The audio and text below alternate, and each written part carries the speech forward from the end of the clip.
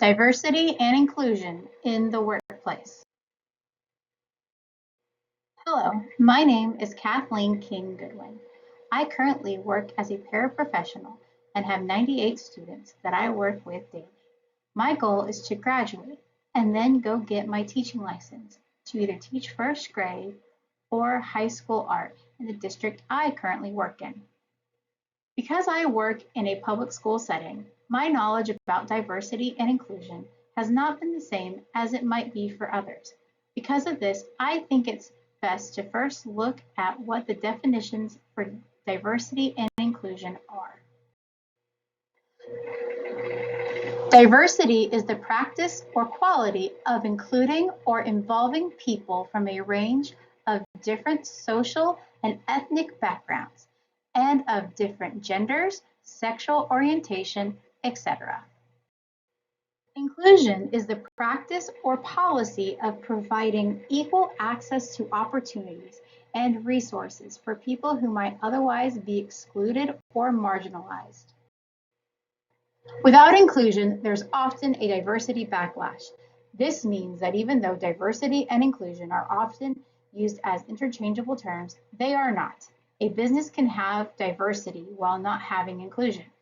Because of this, inclusion is much more important than diversity alone. In encounters in the workplace, everyday diversity in a multinational professional firm, Sandy Lee interviewed many employees from different levels of a multinational firm, and she gives us many examples of how even though a company is diverse, it may not be as inclusive as it should be.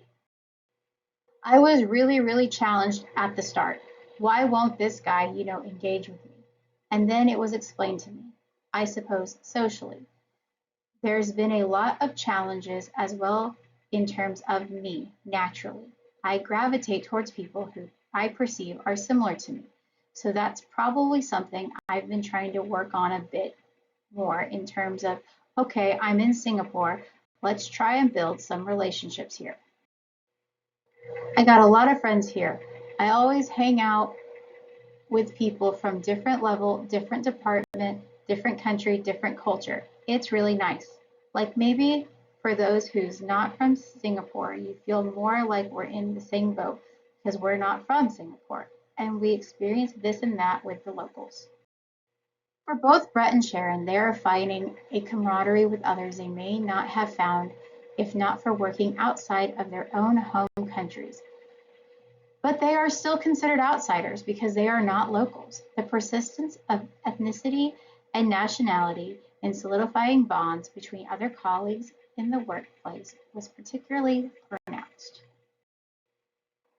As time goes on, we are becoming more of a global community. Because of that, businesses need to reflect this change by utilizing diversity and more inclusion.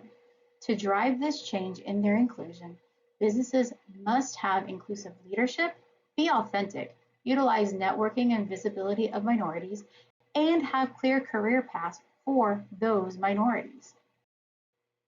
Now, some businesses may not be able to make huge changes because of things like local government or their stakeholders, but they may be able to make minor changes by defining, engaging, identifying, and acting.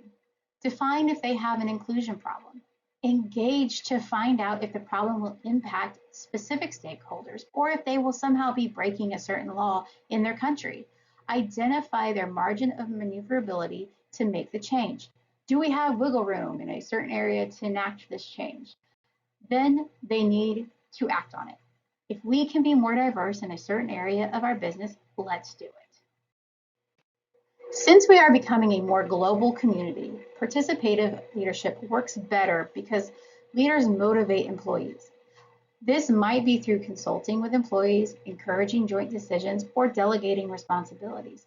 This continual interaction and exchange of information and influence between leader and subordinates and between subordinates encourages employees to be more involved in their companies. This contrasts with the authoritarian leadership. It's a one-way communication between leadership and subordinates. Responsible global leadership is inclusive of different voices, but not just for the sake of diversity. Yes, these voices come from differing backgrounds, but they are also knowledgeable about that of which they speak. If a company is only run by those of one demographic, then the knowledge of the world can be lost. A non-business example of this would be something like how, as we age, we are taught the signs of a stroke, but those signs are not the same for women as they are for men. When you are only listening to one group of people, you are only going to get information for that group of people. Not everyone is the same, and our world reflects that, which is why our businesses should reflect that as well. Diversity without inclusion is a story of missed opportunities, but diversity with inclusion provides a potent mix of talent retention and engagement.